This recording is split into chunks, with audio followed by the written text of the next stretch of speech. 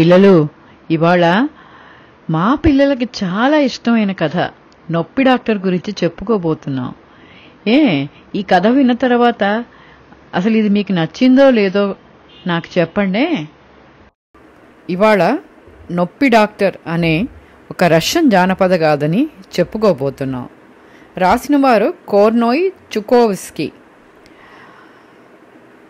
ఇది రాదుగా ప్రచురణాలయం మాస్కో నుంచి వెలువడింది.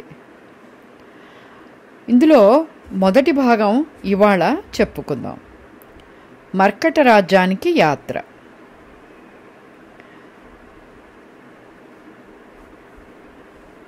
ఇది డాక్టర్ గారు ఆయన జంతువులు కథ. అనగా అనగా ఒక డాక్టర్ గారు ఉండేవారు. ఆయన చాలా జాలిగుండె మనిషి. ఆయన పేరే ఆయనకి నొప్పి డాక్టర్. అతని పేషెంట్స్ ఎవరనుకుంటున్నారు? డాక్టర్ గారు నొప్పి అంటూ ఆయన దగ్గరికి వచ్చేవాళ్ళు. దాంతో ఆయనకి నొప్పి డాక్టర్ అని పేరు వచ్చేసింది. ఆయనకి ఒక విషపుచ్చి అక్కగారు, అంటే మంచి ఆవిడ కాదనమాట. ఆవిడ పేరు వర్వర. ఆ డాక్టర్ గారికి జంతువులంటే చెప్పలేనంత ఇష్టం. ఆయన గదిలో కుందేళ్లు ఉండేవి. ఒక ఉడత ఎప్పుడూ అల్మారాలోనే కూర్చుని ఉండేది. బీరువాలోనేమో కాకి ఉండేది. సోఫా మీద ముళ్ళపంది కూర్చుని ఉండేదన్నమాట. దాని ముళ్ళు కూచి శలకాల్లా ఉండేవి. తెల్లటి చుంచులు ఆ డాక్టర్ గారి సొరుగుల్లో ఉండేవన్నమాట. తన దగ్గరున్న అన్ని జంతువుల్లోకిను డాక్టర్ గారికి బాతు కిక అన్న, కుక్క అవ్వ అన్న, చిన్న పంది గుర్రుగుర్రు అన్న, చిలక కరుడో అన్న, గుడ్లగూబ బొంబ అన్న ఆయనకి మహా ఇష్టం. డాక్టర్ గారు తన గదిలో అన్ని జంతువుల్ని ఉంచుకోవడం వల్ల ఆయన విషయపుచ్చి అప్పగారికి ఆయనంటే చాలా కోపంగా ఉండేది. ఆవిడెప్పుడు డాక్టర్ గారిని వాటిని తక్షణం తరిమేరా అని ఆవిడ అరుస్తూ ఉండేది. గదులన్నీ అవి కచాడీ చేసేసి తగలేస్తున్నాయి. ఈ పాడువాటితో కలిసి నేను బతకలేను బాబు అంటూ ఆవిడ ఎప్పుడూ డాక్టర్ గారిని దెప్పిపొడుస్తూ ఉండేది. అప్పుడు ఆయనేమో, వర్వరా నువ్వు అనే తప్పు, అవి పాడు జంతువులు కావు, అవి నా గదిలో ఉంటున్నందుకు నాకు చాలా సంతోషంగా ఉంది అనేవారు ఆయన. ఆయన దగ్గరికి రోగిష్టి గొల్ల పిల్లవాళ్ళు, రోగిష్టి బెస్తవాళ్ళు, వడ్రంగం చేసేవాళ్ళు, రైతులు ఒక వేళాపాడా అనే లేకుండా డాక్టర్ గారి దగ్గరికి వచ్చేసేవాళ్ళు. వాళ్ళకి తలా ఒక మందు ఆయన ఇచ్చి ఆయన పంపించేవాడు. వాళ్ళందరికీ అదేంటో బాగైపోయేది.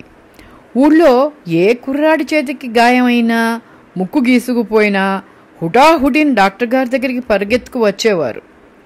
పట్టుమని 10 నిమిషాలు పట్టదు, వాడికి బాగైపోయేది. అసలు ఏం జరగనట్టే. వాడు చిలక కరుడుతోటి దొంగాట ఆడుకుంటూ ఉండిపోయేవాడు. గుడ్లగూబ బొంబ వాడికి పళ్ళు ఫలాలు ఇచ్చేది. ఒక రోజున ఓ గుర్రం డాక్టర్ గారిని చూడ్డానికి వచ్చింది. అది చాలా విచారంగా ఉంది.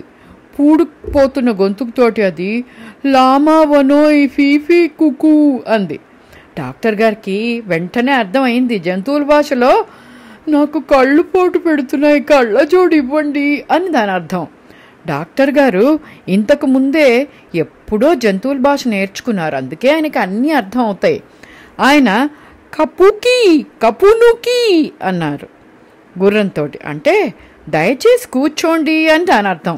అది కూర్చుంది. డాక్టర్ గారు దాని కళ్ళ మీద కళ్ళజోడు పెట్టారు. దానికి కళ్ళపోటు తగ్గిపోయింది. గుర్రం చాకా అని తోకాడించి వీధిలోకి వెళ్ళిపోయింది.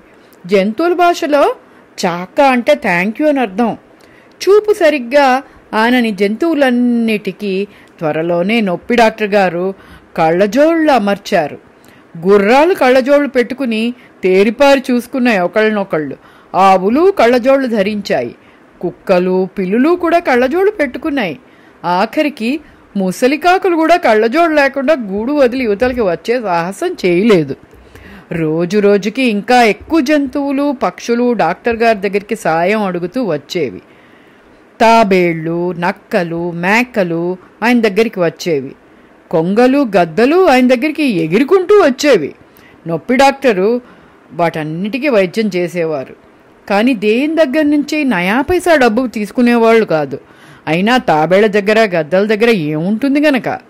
త్వరలోనే అడవిలోని చెట్ల మీద ప్రకటనలు ప్రత్యక్షం అయ్యాయి. పశువుల కోసం పిట్టల కోసం ఆసుపత్రి ఒకటి వెలిసింది. పశువుల కోసం పిట్టల కోసం ఆసుపత్రి ఒకటి వెలిసింది.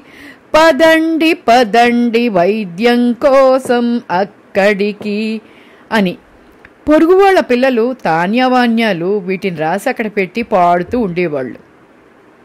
ఒకసారి ఆ పిల్లలకి పొంగు, ఎర్రదుద్దుర్లు అంటూ జ్వరం వస్తే డాక్టర్ గారు వైద్యం చేశారు. వాళ్ళకి డాక్టర్ గారంటే మహా అభిమానం. ఆ పిల్లలు ఎగిరి గంతేసుకుంటూ ఆయనకి సాయం చేసేవాళ్ళు.